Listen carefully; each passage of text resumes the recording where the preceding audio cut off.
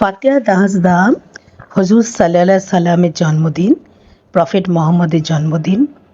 সেদিন আমরা খুশির উৎসব পালন করি। ফাতেহা শব্দটির মানে হচ্ছে মোনাজাত বা দোয়া, আর দাহাজদাম শব্দবন্ধের অর্থ 12। এর মানে হচ্ছে একত্রে 12 প্রার্থনা।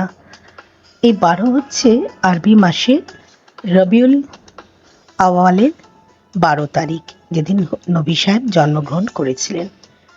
নবী সাহেবের জীবন দর্শন, তার জ্ঞান, তার সমর্পণ ভাব, এই সবকে কেন্দ্র করে, তার নীতি কেন্দ্র করে কবি শেখ আব্দুল মান্নান একটি কবিতা লিখেছেন।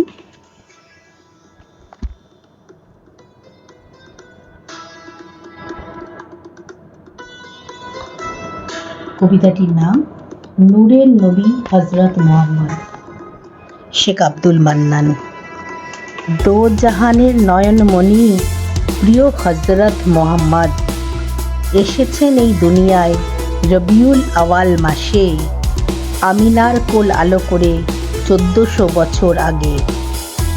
ইসলামের বার্তা পৌঁছে দিতে সবাইকে ভালোবেসে ঘাত প্রতিঘাতে ছড়িয়েছেন তিনি বিবেকের বাণী। খোদার হুকুমে শুয়েছেন জীবনের শত হয় রানী, তবুও তিনি করেছেন পালন সত্য ন্যায় পরায়ণতা। সুশীল সুন্দর মানব জীবনের তিনিই জ্ঞানের খনি। সহজ সরল জীবনকে তিনি নিতেন বরণ করে, গরিব দুঃখী মিসকিনের জন্যে কাঁদত তার বুক। দুঃখ কষ্ট মিটে যদি একটু হাসি ফুটত তাদের মুখে, তাতেই তিনি হতেন খুশি, পেতেন অসীম সুখ।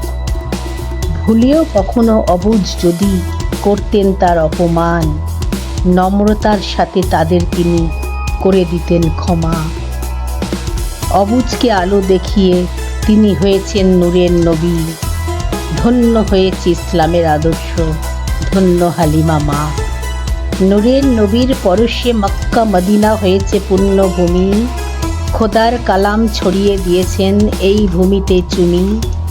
ধর্মের ডোরে চাননি কখনো মানুষকে বেঁধে রাখতে, তিনি মানুষের ব্যথা বুঝতে সদা হয়েছেন অন্তর্যামী। কণ্ঠে জাহানারা রহমান।